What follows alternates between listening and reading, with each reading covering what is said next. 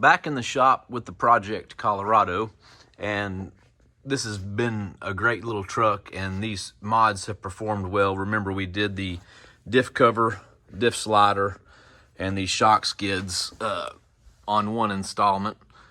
But what we're going to do today is we're going to get rid of all of this. So as you can look here underneath the truck, what hangs down the most is the shock and the shock skid. Although the Rago Fab shock skids are a great option, it is just a simple bolt-on. And what we are going to do is relocate the shocks outboard, and we are going to use the 589 Fab kit. So we are going to rid the truck of these mounts, weld new mounts here on the axle, and the shocks will now be outboarded and come up here, and we'll have to trim out a little area of the fender liner. Let's show you the kit. Here's the kit. So you'll get two of these upper shock mounts. Pretty nice. It just slides in the frame tube. And then you get two of the lower shock mounts. This is a weld on. Now these parts already come powder coated.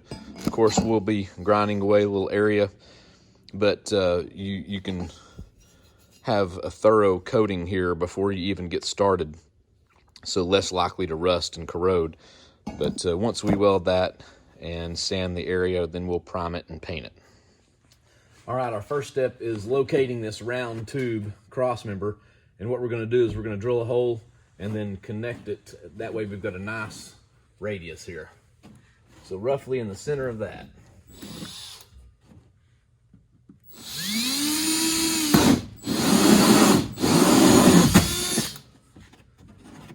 So now that we have this hole, we're going to come back here and trim this out.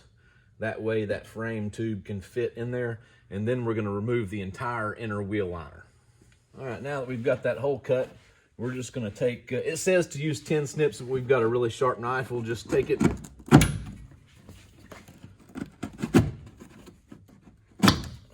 cut that out, and then once we have this thing in here, it's going to basically go in there a little further, and then our shock's going to come down outboard now, and probably should give it a little more control over the whoops.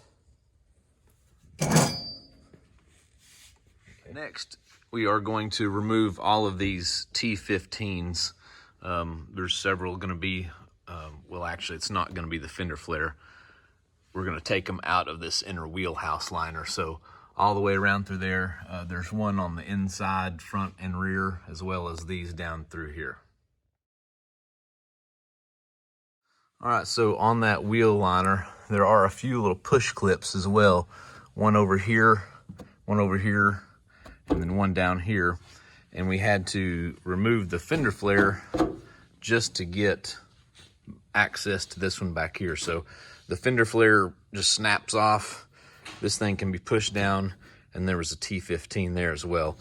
So now we should be able to pull this inner liner out. There you go.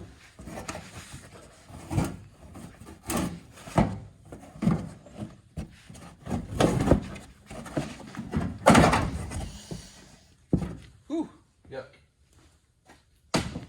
Now we've exposed this frame tube.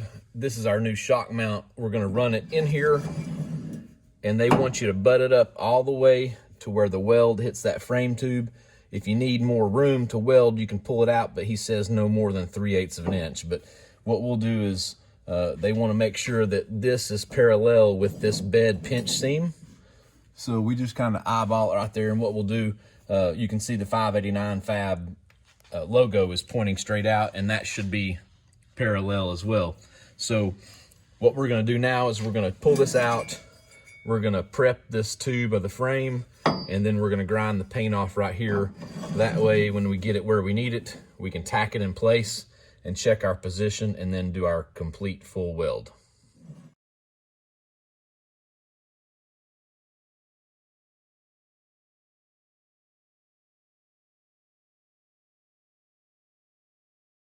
All right, so we have these brackets fully welded in.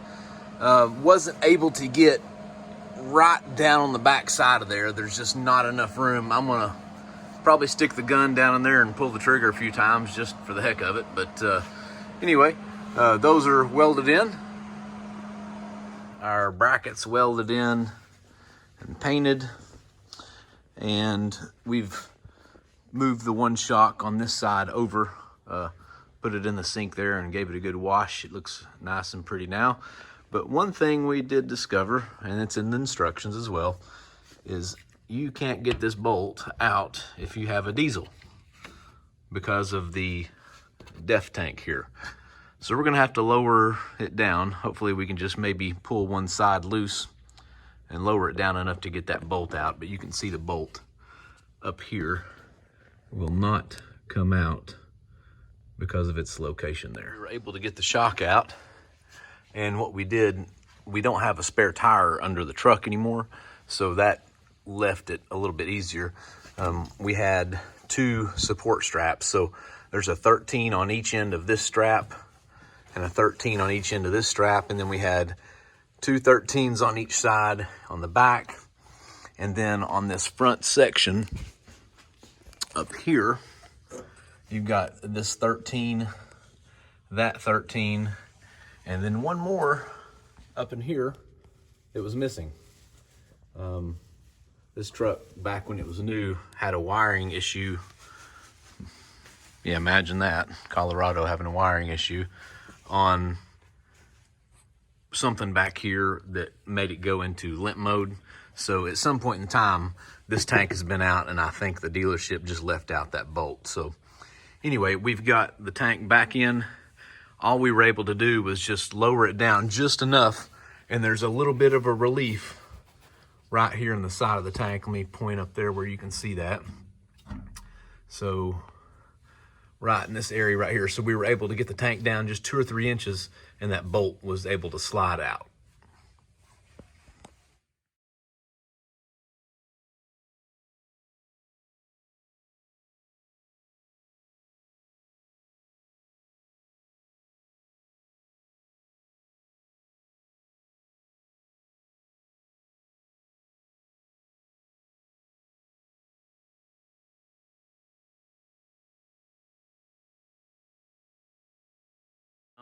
Nice and smooth.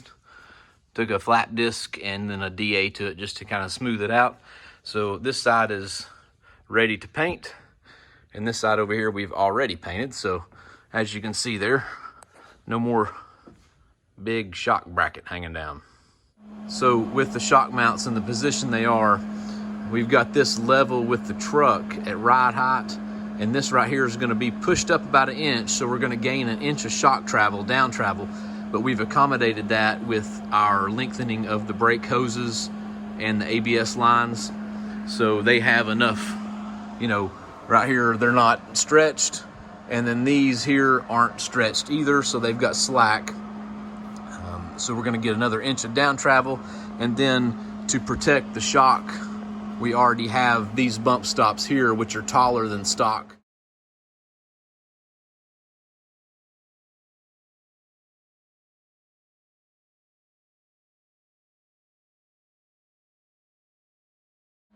All right, so we have one shock mount done.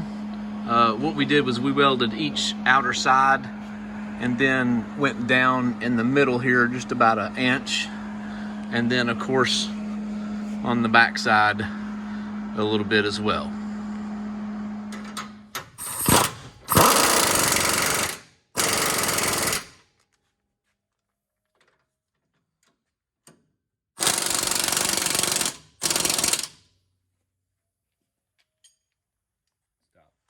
All right, we have our shock mounts complete. As you can see, they're outboarded now. We still have some fender trim and inner wheel liners to put back in. That's not a big deal, but the best part is looking under here. Yeah, we've got some shock mounts hanging down just a little bit out here, but they're near the wheel, so the likeliness of getting hung up on those is way more slim. So while we're under here, I think we're gonna take us a portaband and chop these U-bolts off before we drop this thing on the ground, just to gain another 1 inch of ground clearance. Another shot from the driver's side of that 589 bracket and those lower shock mounts welded in place. Pan back over to the passenger side. All right, so we took the portaband and chopped off that little inch of stud that was hanging off those U-bolts. So now this thing has got some ground clearance. We are not going to put those inner fender liners and fender flares back on yet because there's more. Stay tuned.